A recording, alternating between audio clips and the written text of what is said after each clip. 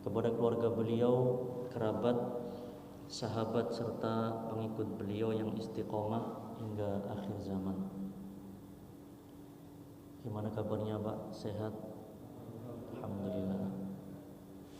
Alhamdulillah kita mulai bisa sedikit demi sedikit beraktivitas menuju normal di masa new normal ini. Semoga Allah Ta'ala segera mengangkat ujian, mengangkat musibah ini dari negeri yang kita cintai ini. Amin. Dan semoga putra-putra bangsa yang gugur, baik itu dari kalangan medis ataupun dari masyarakat yang meninggal dunia karena disebabkan wabah COVID-19 ini, semoga yang meninggal di antara mereka, jika mereka orang yang beriman, Allah jadikan sebagai syuhada. Amin.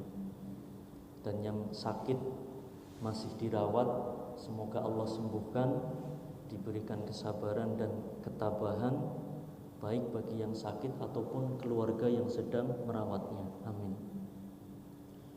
Saudaraku kaum muslimin dan para jamaah yang dirahmati Allah, pada kesempatan yang berbahagia malam hari ini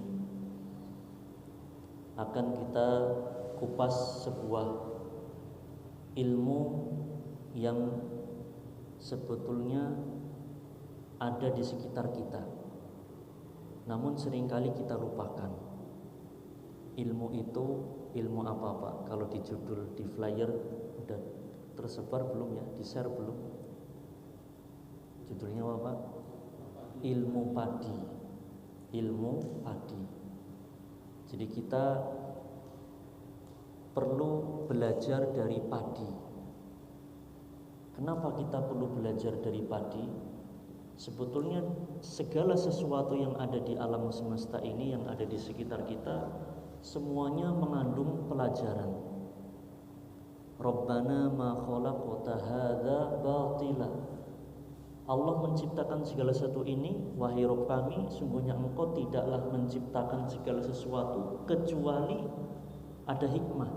Tidak ada kesia-siaan di balik seluruh yang Allah ciptakan. Sampai rumput yang bergoyang pun pasti ada pelajaran di balik itu. Salah satu buktinya sekarang ada jenis rumput-rumputan yang menjadi obat. Iya buatan Pak? Alang-alang itu obat apa Pak? Obat ginjal dan segala macam ya. Nah, subhanallah, yang kita remehkan, yang kita sia-siakan, bahkan yang diinjek-injek, ternyata di balik itu ada hikmah yang begitu besar. Maka memang kita harus sering banyak membaca, banyak belajar, banyak membaca. Maka dari itu ayat yang pertama kali turun adalah Iqra. Satu kalimat Iqra, membaca. Pertanyaan Mbak, baginda Rasul sallallahu alaihi wasallam ketika didatangkan malaikat Jibril alaihissalam, dipeluk di gua Hira ketika bertahanus, dipeluk, ya Muhammad Iqra, wahai Muhammad bacalah. Beliau sallallahu alaihi wasallam menjawab, ma'ana biqari'in, aku tidak bisa membaca, tapi tetap suruh baca.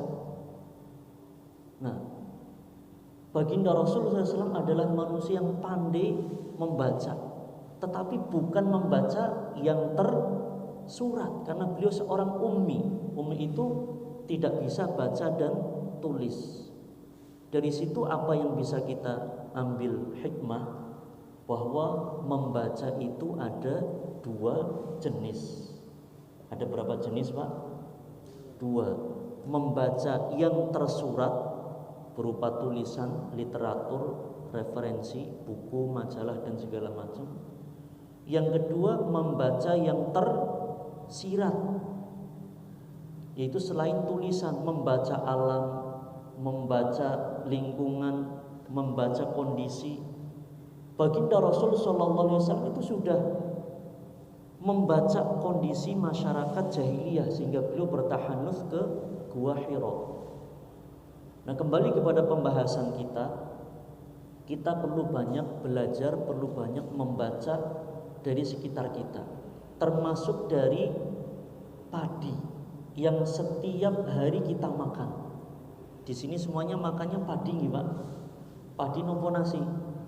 Pada baiklah ya. Padi ya, menjadi nasi. Ada sebuah ilmu dari padi yang perlu untuk kita tiru. Dan sepantasnya untuk kita lakukan. Kenapa? Karena itu adalah konsumsi harian kita. Yaitu apa? Padi itu dia semakin berisi semakin menunduk. Itulah ilmu padi. Itu semakin seseorang berisi, entah berisi wawasan, berisi ilmu, ataupun memiliki kedudukan, jabatan, atau Allah berikan anugerah apapun, sudah sepantasnya seperti padi, semakin menunduk. Kalau ada manusia yang makannya padi, semakin Allah berikan anugerah, dia semakin degek niku napa Pak? Jejeg atau seniki, maka dia lupa kalau dia itu makan padi. Maka monggo para jamaah dan kaum muslimin yang dirahmati Allah, jangan sampai kita lupa kalau kita itu makannya padi. Dan sifat utama dari padi itu menunduk ketika berisi. Nah, ilmu padi inilah kalau di dalam syariat kita disebut dengan tawadhu. Dengan apa? Tawadhu. Rendah diri. Tawadhu itu apa? Banyak definisi para ulama, di antaranya Al-Imam Al-Junaid rahimahullah memberikan definisi at-tawadhu'u huwa khafdhul janah walinul janib, itu merendahkan diri dan lembut di dalam perangai, di dalam perilaku, karakternya lembut baik. Itu adalah tawadhu. Tidak ingin menunjukkan kemampuan dirinya di hadapan orang lain sekalipun dia itu ahli. Biarkan orang lain yang menilai sendiri. Definisi yang lain dari tawadhu ini, seorang imam besar, yaitu seorang tabi'in, yaitu Al-Imam Al-Hasan Al-Basri rahimahullah, beliau menjelaskan tentang makna tawadhu. At-tawadhu'u huwa an takhruja min baitika wa la talqa musliman illa wa ra'aita lahu 'alaika fadlan. Maksudnya apa? Tawadhu adalah, beliau menjelaskan dengan definisi, itu engkau keluar dari rumahmu, keluar dari rumah, wala talqa musliman, dan tidaklah engkau bertemu dengan seorang muslim pun, illa kecuali wa ra'aita lahu 'alaika fadlan, kecuali engkau melihat pada diri muslim tersebut memiliki kelebihan atas dirimu. Maksudnya ketika kita bertemu dengan siapapun dari seorang muslim, kita merasa bahwa orang tersebut memiliki kemuliaan yang belum tentu kita punya. Siapapun, entah yang lebih tua ataupun lebih muda. Ilustrasi atau gambarannya mungkin begini Pak. Kalau kita ketemu orang yang lebih tua, Masya Allah, orang yang lebih sepuh dari kita ini pasti sudah lebih banyak asam garam kehidupannya, lebih banyak pengalamannya, lebih banyak wawasannya, kemudian ilmunya juga lebih banyak. Kita munculkan dalam diri kita orang tersebut yang lebih tua dari kita, pasti punya kelebihan yang tidak kita miliki, sehingga kita bisa menundukkan diri kita di hadapan orang tersebut.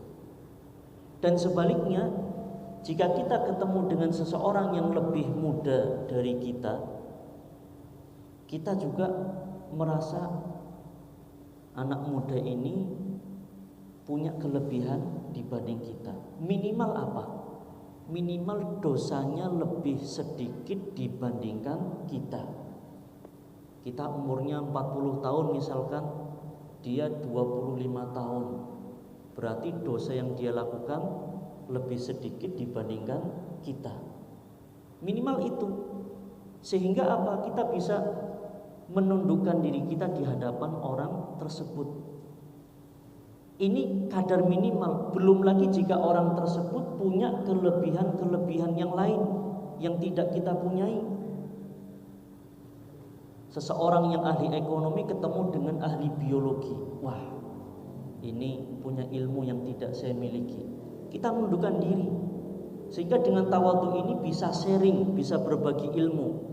Bisa tanya tentang ilmu biologi, dan ahli biologi ini bisa tanya tentang ekonomi dan sebaliknya. Intinya bahwa tawadhu ini merendahkan diri, ya, menundukkan diri di hadapan orang lain, tidak ingin merasa membanggakan diri di hadapan orang lain. Sekalipun orang tersebut memiliki kelebihan, tapi tidak sengaja dia tampakkan agar orang lain memujinya, atau dalam bahasa kita unjuk gigi atau unjuk kebolehan. Biarkan orang lain itu menilai. Kenapa? Karena di masyarakat kita itu ada sebuah fenomena yang disadari atau tidak disadari itu terjadi. Itu sebuah fenomena gunung es. Ya. Jadi gunung es itu kan kelihatan muncul di permukaan hanya sebagian. Sebetulnya yang di bawah permukaan itu lebih besar, lebih banyak lagi. Maksudnya apa? Masyarakat itu sekalipun mereka lebih banyak yang diam, yang vokal lebih sedikit, yang diam lebih banyak. Maksudnya hanya segelintir orang yang memberikan penilaian terhadap kita, yang memberikan penilaian tentang kita. Selebihnya mereka silent, diam. Tetapi mereka punya pandangan tentang kita. Punya pandangan tentang kita. Jadi kita tidak perlu menunjukkan siapa diri kita. Kita cukup berbuat saja, memberikan kontribusi yang terbaik. Biarkan orang lain yang menilai. Biarkan orang lain yang menilai. Maka itulah yang lebih banyak terjadi di masyarakat. Orang akan menilai sekalipun mereka diam. Dan tawadhu ini adalah akhlak yang mulia. Baginda Rasul sallallahu alaihi wasallam adalah sayyidul mutawadhi'in. Beliau adalah pimpinannya orang-orang yang tawadhu. Beliau subhanallah manusia terbaik sepanjang sejarah peradaban dunia. Namun beliau tidak mau dilebih-lebihkan dibandingkan para nabi dan rasul yang lainnya, sekalipun beliau memang adalah nabi dan rasul yang terbaik. Sampai di dalam hadis yang sahih beliau pernah menjelaskan, hadis riwayat Imam Muslim dan yang lainnya, ana sayyidu waladi Adam yaumal qiyamah wala fakhr. Beliau menjelaskan, aku adalah sayyid, pimpinan, ya, pimpinan atau tuannya seluruh anak manusia, seluruh anak Adam, seluruh manusia. Yaumul qiyamah, kelak pada hari kiamat. Dan di akhir hadis beliau menyebutkan wala fakhr, dan itu bukanlah sebuah kesombongan. Maksudnya beliau sallallahu alaihi wasallam ingin menjelaskan kebenaran, bukan menunjukkan diri beliau. Ini loh gue, aku manusia terbaik di akhirat kelak, bukan, tapi menunjukkan kebenaran agar kita tahu bahwa kedudukan beliau adalah tertinggi di dunia maupun di akhirat. Adapun dalam hadis disebutkan yaumul qiyamah, kelak pada hari kiamat, disebutkan oleh Imam An-Nawawi rahimahullah dalam syarah beliau tentang hadis ini, karena hadis ini riwayat Imam Nawawi, riwayat Imam Muslim disyarah oleh Imam Nawawi. Beliau menjelaskan kurang lebih bahwa sebetulnya baginda Rasul Shallallahu Alaihi Wasallam adalah sayyid, pimpinan manusia di dunia dan akhirat. Namun redaksi yang beliau bawakan hanya menyebutkan yaumul qiyamah, yang di dunia tidak disebutkan, tapi yang disebutkan hanya yaumul qiyamah. Apa hikmahnya? Imam An-Nawawi rahimahullah menjelaskan, maksudnya karena di akhirat tidak ada satu manusia pun, tidak ada satu makhluk pun yang ragu ataupun menantang, ya, apalagi mencemooh tentang kesayyidan beliau, tentang ketokohan beliau. Sepakat seluruh makhluk, manusia, jin dan malaikat. Adapun di dunia banyak manusia yang ragu bahwa beliau adalah manusia terbaik.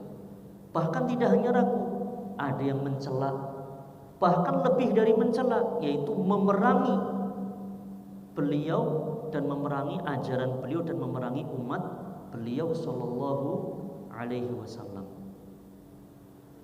Baginda Rasul Sayyidul Mutawadhi'in,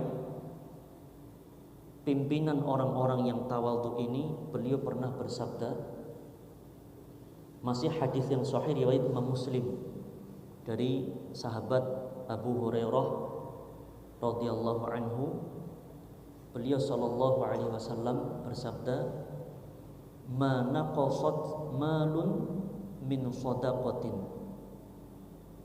Sedekah itu tidak akan mengurangi harta. Wa ma zadallahu 'abdan bi'afwin illa 'izzan. Dan tidaklah Allah menambah kepada seorang hamba dengan sebab afwin, yaitu pemberian maaf, illa 'izzan, kecuali adalah kewibawaan. Maksudnya seseorang yang suka memberikan maaf itu tidak akan ditambah oleh Allah kecuali kewibawaan. Semakin orang itu sering memberikan maaf atas kesalahan-kesalahan orang yang menyalahinya, maka hamba tersebut akan Allah jadikan semakin mulia, semakin wibawa di hadapan manusia yang lain. Dan kalimat yang ketiga, wa ma tawadhu'a ahadun lillahi illa rafa'ahullah. Dan tidaklah seseorang bertawadhu, merendahkan diri karena Allah, illa rafa'ahullah, kecuali Allah akan angkat derajatnya. Kecuali Allah akan angkat derajatnya.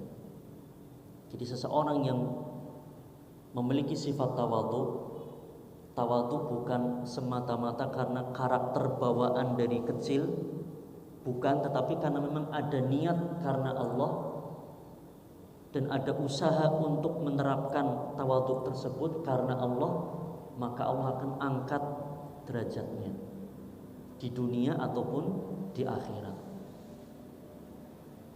Ada begitu banyak kata-kata hikmah yang ada di sekitar kita yang menunjukkan tawadhu dan lawan dari tawadhu. Lawan dari tawadhu adalah al-kibr, kesombongan. Dalam peribahasa kita mengenal tong kosong, nyaring bunyinya. Tong kosong nyaring bunyinya. Maksudnya apa? Orang kalau nggak ada isinya itu bunyinya rame. Gimana, Mbak? Air beriak tanda tak dalam, air tenang menghanyutkan. Ini peribahasa dalam bahasa kita. Kalau dalam bahasa Arab ada sebuah syiar, sebuah syair yang sangat indah tentang tawadhu. Seorang penyair mengatakan, ya, tawadhu' takun kan najmi laha linadhiri fi safahatil ma'i wa huwa rafi'un wa la taku kaddukhani ya'lu ala tabaqatil jawi wa huwa wadi'un. Artinya apa? Bertawadhulah engkau, maka engkau laksana bintang. Yang bintang itu nampak jelas, nampak kemilau di permukaan air, padahal dia tinggi di langit. Jadi bintang ini tidak menunjukkan dirinya di langitnya, tapi ketika di permukaan air dia akan rendah di bawah, bahkan goyang-goyang karena airnya mungkin bergelombang. Tapi hakikatnya dia tinggi di langit.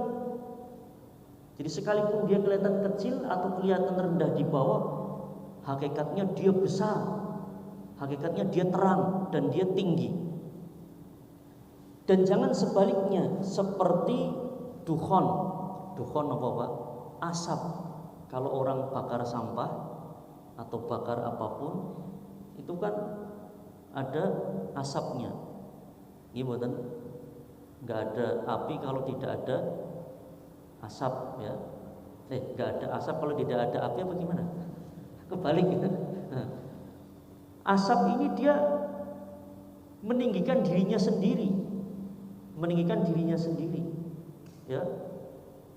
Fi tabaqatil jawi, di lapisan-lapisan awan. Padahal kalau dia dibandingkan langit-langit yang lain, lapisan awan yang lain, dia itu rendah. Jadi dia ingin meninggikan dirinya padahal dia itu rendah. Ini banyak perumpamaan di sekitar kita yang perlu kita pelajari. Belajar dari padi, belajar dari bintang, belajar dari air, belajar dari tong kosong, ya, belajar dari asap, entah belajar sesuatu yang baik untuk kita amalkan atau belajar sesuatu yang itu buruk untuk kita jauhi.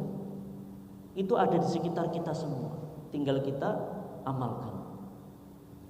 Maka marilah kita menjadi pribadi yang tawadhu, karena kita setiap hari makan nasi, dan nasi berasal dari padi, dan ilmunya padi adalah semakin berisi semakin menunduk. Nah, sekarang ini sampai Isya Pak ya. Sekarang kita lanjutkan, mengapa seseorang itu sulit tawadhu, atau cenderung ada manusia yang memiliki sifat lawannya tawadhu atau kiber. Kiber itu menyombongkan diri, tidak merendahkan diri, tapi dia menyombongkan diri. Sekalipun kadang tidak punya apa-apa, atau punya sesuatu yang sebetulnya tidak layak untuk dibanggakan. Dan kiber ini sifatnya iblis. Sifatnya siapa? Iblis. Maka jangan sampai kita seperti iblis. Maka manusia dan jin yang sombong itu niru iblis. Ketika diperintahkan oleh Allah untuk sujud kepada Nabiullah Adam alaihissalam, dia mengatakan ana khairun minhu. Di hadapan Allah dia menyombongkan diri, ana khairun minhu, aku lebih baik daripada Adam alaihissalam. Dan kelebihan yang dianggap atau sesuatu yang dianggap lebih oleh iblis ini hakikatnya keliru. Dia menyombongkan diri karena merasa diciptakan dari api, sedangkan Nabiullah Adam alaihissalam diciptakan dari tanah. Kalau kita melihat dua unsur ini Pak, kita lihat kalau kita punya biji padi, nah, kembali kepada padi, kita punya benih padi.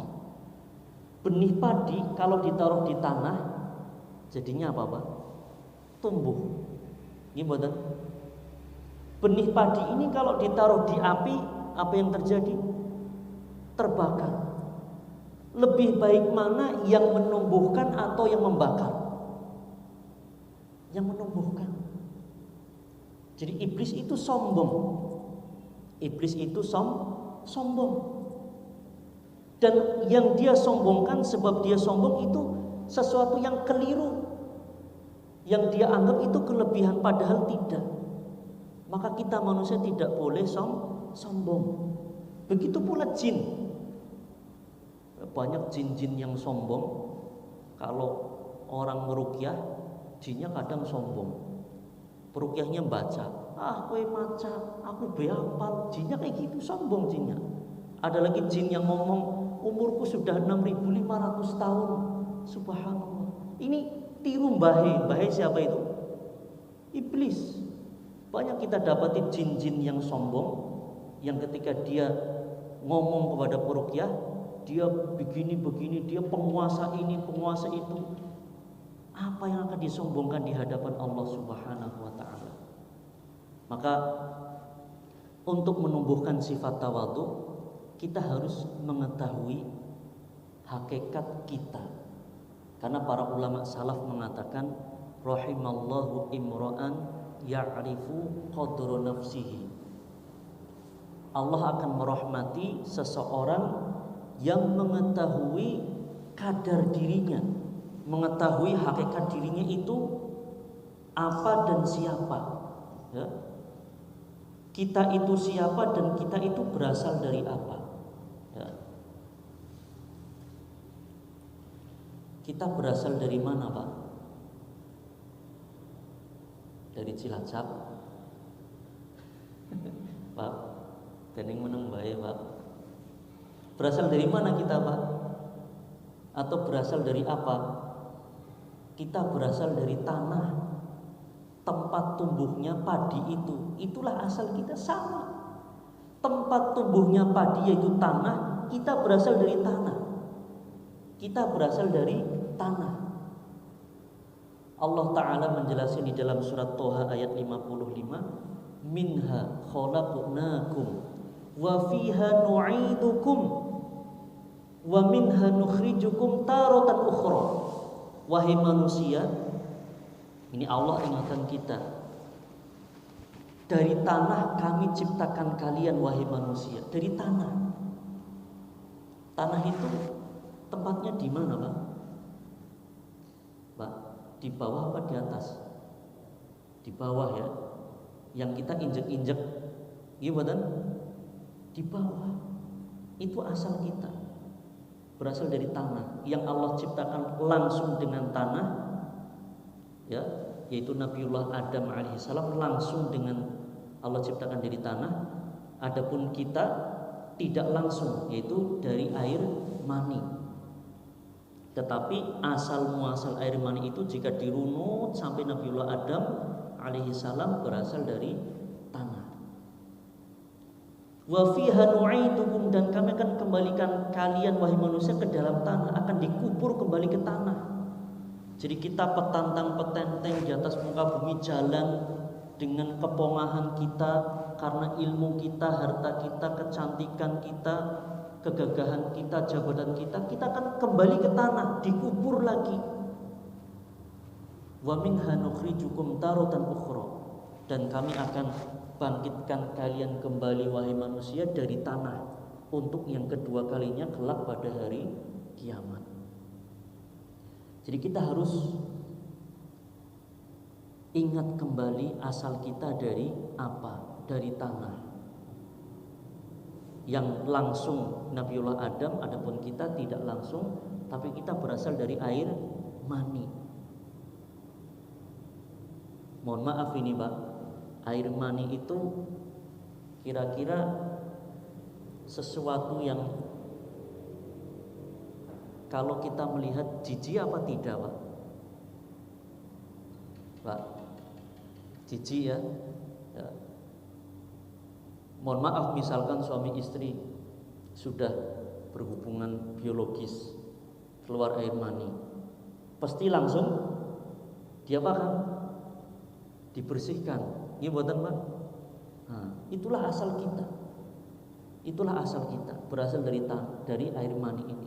Air yang punya kita laki-laki, air mani kita sendiri, kita nggak kepingin berlama-lama ada di pakaian atau di tubuh kita. Pasti pengen kita segera bersihkan. Padahal itu punya kita sendiri. Apalagi punya orang lain, nggak pengen kita pegang. Melihat aja jijik. Gimana? Kemudian setelah kita lahir, kita juga harus ingat bahwa kita itu membawa kotoran. Kita itu membawa kotoran. Tubuh kita ini, tubuh kasar ini, jasad yang berasal dari tanah ini penuh dengan kotoran. Kotoran di mata, kotoran di telinga, kotoran di hidung, kotoran di mulut, kotoran di kemaluan, kotoran di perut. Di kepala saja ada banyak kotoran. Jangankan kita melihat, apalagi memegang. Dengar namanya saja kita sudah risih. Cobi Pak, kalau bahasa Jawa, kotoran mata jenenge napa? Hah? Ketep. Ana sing lebih, kalau orang sakit jenenge apa? Belek. Ketep, belek. Dengar saja sudah risih, ya Pak enggak? Kotoran telinga, apa jenenge Pak? Curek. Kopok, kita dengar saja sudah risih. Kotoran di hidung, upil, umbel, kotoran di mulut, jigong, macam-macam. Sekalipun itu tidak najis. Kopok najis mboten, Pak? Upil najis mboten. Tapi mau enggak diupili nang kancane? Kan enggak mau kan, sekalipun itu enggak najis. Ya, kita nggak mau. Itu yang tidak najis, apalagi yang di dalam perut, yang di dalam tubuh, jika keluar itu jadi najis, darah. Ya, subhanallah. Dan kotoran dari depan ataupun belakang, yang itu adalah najis. Kita tuh setiap hari bawa kotoran, jadi tidak layak untuk kita menyombongkan diri di atas muka bumi, di mana kita akan kembali ke bumi itu. Kita membawa kotoran dan kita akan kembali ke tanah. Tidak layak bagi kita untuk menyombongkan diri dengan apa yang kita miliki, karena setiap hari kita bawa kotoran. Ini kotoran fisik, kotoran jasmani. Ada kotoran rohani, yaitu dosa-dosa. Allah Ta'ala yang mampu menjadikan kotoran fisik kita berbau. Nggih mboten? Kencing bau no mboten? Bau mboten, Bang? Bau nggih wong ini bar mangan jengkol kali pete, satu rumah mabok semua. Ya. Apalagi mohon maaf BAB, baunya luar biasa. Ini kotoran fisik. Ada kotoran rohani, itu dosa-dosa. Allah yang mampu menjadikan kotoran fisik kita berbau, maka Allah sangat mampu untuk menjadikan kotoran rohani kita, yaitu dosa-dosa kita, berbau. Sangat mudah bagi Allah. Tetapi dengan rahmat Allah Ta'ala, Allah tidak menjadikan dosa itu berbau. Seandainya nih Pak, seandainya kotoran rohani itu dosa-dosa kita itu baunya kayak jigong saja, baunya seperti jigong, belum seperti BAB, seperti jigong, kita nggak akan bisa bermuamalah. Kenapa? Setiap manusia pasti berbau. Kenapa? Karena setiap manusia pasti punya dosa. Kullu bani Adam khata'. Setiap bani Adam, setiap manusia itu tempatnya salah dan dosa, para pendosa. Maka tidak layak untuk kita menyombongkan diri di hadapan Allah. Kita perlu tawadhu, merendahkan diri. Jadi kita berasal dari tanah, kita berasal dari air mani yang kita jijik melihatnya. Kita membawa kotoran dan kita akan kembali ke tanah dan akan busuk di dalam tanah. Kecuali jasad para nabi dan para syuhada. Baginda Rasul sallallahu alaihi wasallam menjelaskan, innallaha harrama 'alal ardi an ta'kula ajsadal anbiya. Sesungguhnya Allah Ta'ala mengharamkan bumi untuk memakan jasad para nabi. Jadi jasad para nabi tidak busuk sampai hari kiamat. Allah jaga jasad mereka. Juga para syuhada. Ya, banyak kisah yang menunjukkan para syuhada jasad mereka tidak hancur. Dan kaidah yang disebutkan para ulama, ya, seperti dijelaskan oleh Al-Imam Abu Ja'far At-Tahawi dalam kitab beliau Syarah Aqidah Tahawiyah, semakin tingkat kesyahidan itu semakin tinggi, maka jasadnya akan semakin terjaga. Selain itu ada juga para penghafal Quran, ya. Selain mereka ini akan busuk, bahkan ada yang 3 hari sudah perutnya membesar dan pecah. Isinya apa? Kotoran semua. Maka tidak layak bagi kita untuk menyombongkan diri di hadapan manusia, apalagi di hadapan Allah Subhanahu wa Ta'ala. Dan selanjutnya, ya, ketika ada sebuah kelebihan, tadi kita setelah menyadari kita itu semuanya penuh dengan kotoran fisik maupun kotoran rohani berupa dosa-dosa, ya. Setelah kita menyadari itu, selanjutnya jika kita diberikan kelebihan oleh Allah Subhanahu wa Ta'ala, apapun kelebihan itu, entah berupa fisik yang bagus, ya, kemudian wajah yang indah, wajah yang cantik, yang ganteng, diberikan kelebihan ilmu, diberikan wawasan, diberikan harta, diberikan kedudukan, pangkat, maka harus kita ingat itu semua adalah milik Allah, dan itu semua hanyalah titipan dari Allah Subhanahu wa Ta'ala. Tidak boleh kita menyombongkan diri jika memiliki hal-hal tersebut. Maka kita harus ingat setiap hari kita membaca ayat di dalam sholat kita, surat Al-Fatihah, Alhamdulillahi Rabbil Alamin.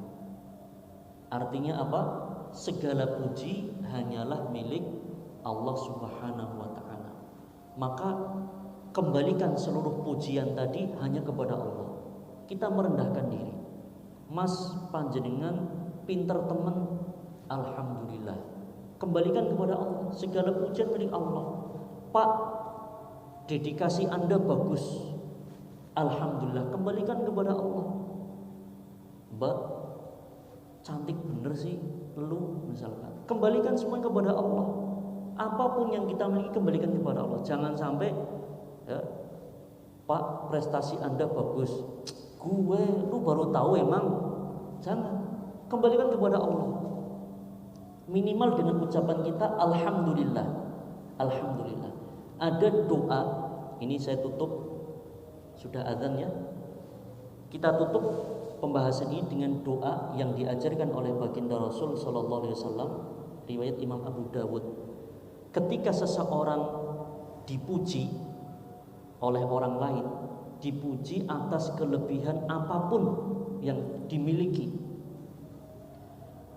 karena ilmunya, hartanya, apapun pangkatnya segala macam, maka baginda Rasul sallallahu alaihi wasallam mengajari kita doa yang berbunyi, Allahumma la tu'akhidni bima yaqulun waghfirli ma la ya'lamun waj'alni khairan mimma yadhunnun.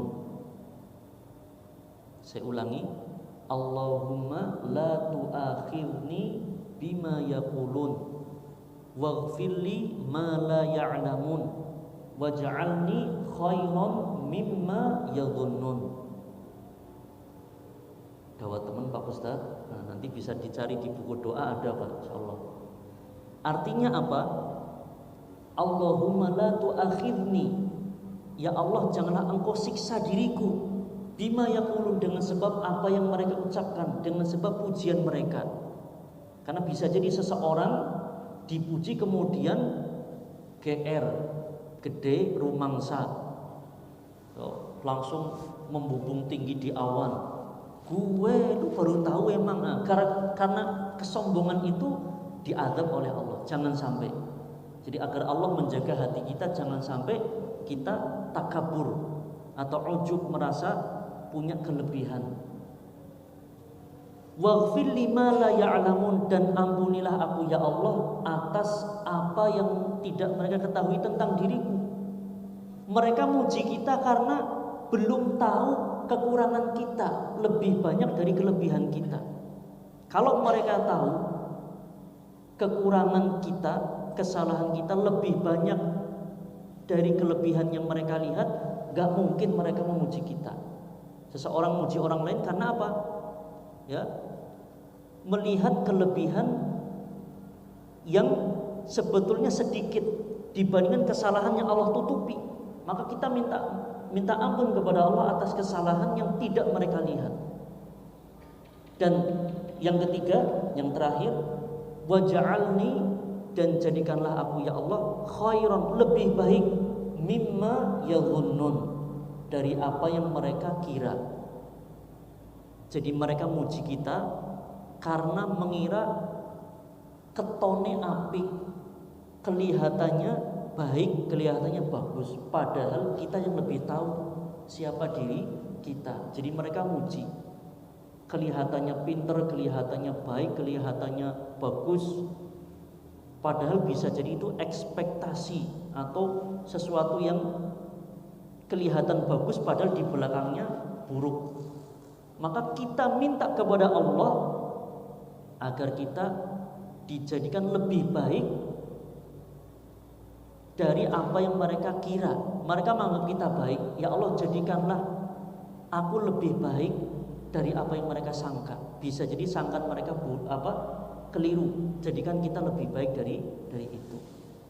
Sehingga dengan doa ini, para jamaah dan kaum muslimin yang dirahmati Allah dimanapun Anda berada, kita bisa menjaga hati kita dari sifat takabur dan tetap menjaga tawadhu kita. Kalau belum hafal, minimal alhamdulillah. Minimal alhamdulillah, kembalikan semuanya hanya kepada Allah Ta'ala. Dan para ulama ini seringkali ketika dipuji di hadapan mereka langsung baca doa ini. Bahkan ada yang terdengar langsung, bacaannya keras, terdengar oleh orang yang memuji. Ini jika kita dipuji. Dan untuk menjaga ketawaduan orang lain, jika kita melihat ada kelebihan yang dimiliki oleh orang lain, ketika kita akan memuji, jadi ada manajemen pujian, ya, manajemen pujian. Jadi kita ketika memuji orang lain, diusahakan jangan muji di hadapan orang itu, tapi puji di hadapan orang lain.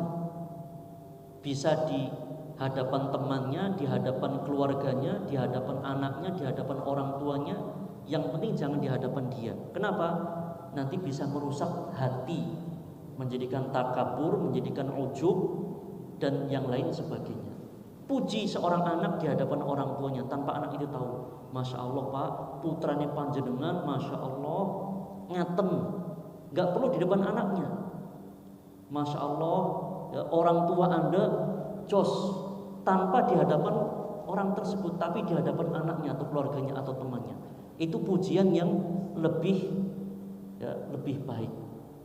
Bahkan sampai baginda Rasul memerintahkan kita, jika ada orang puji kita di hadapan kita, langsung suruh ditaburi mulutnya pakai pasir. Ini menunjukkan apa? Bahwa betapa pujian seseorang di hadapan orang itu langsung akan merusak hati tersebut. Sehingga Nabi sampai nyuruh jika perlu ditaburi pasir mulutnya. Subhanallah. Mungkin inilah yang bisa saya sampaikan para jamaah yang dirahmati Allah. Tidak ada tanya jawab ya. Sudah masuk waktu Isya, habis waktunya. Terakhir ya, sebagai penutup, saya kembali menasihatkan kepada diri saya pribadi dan kepada para jamaah dan kaum muslimin yang ada di rumah ataupun dimanapun Anda berada. Ayo kita ingat bahwa kita setiap hari makan nasi, dan nasi berasal dari padi, dan ilmu padi adalah semakin berisi semakin menunduk. Marilah kita menjadi orang yang tawadhu, belajar merendahkan diri ya, di hadapan Allah Ta'ala. Dan karena Allah Ta'ala, insya Allah Allah akan mengangkat derajat kita di dunia dan di akhirat. Mohon maaf atas segala kekurangan, dan bukan bermaksud untuk menggurui ataupun menggarami air laut atau mengajari burung terbang, boten, tetapi sebagai bentuk saling menasihati di dalam kebaikan, ketakwaan dan kesabaran. Semoga bisa dimanfaatkan. Wassalamualaikum warahmatullahi wabarakatuh.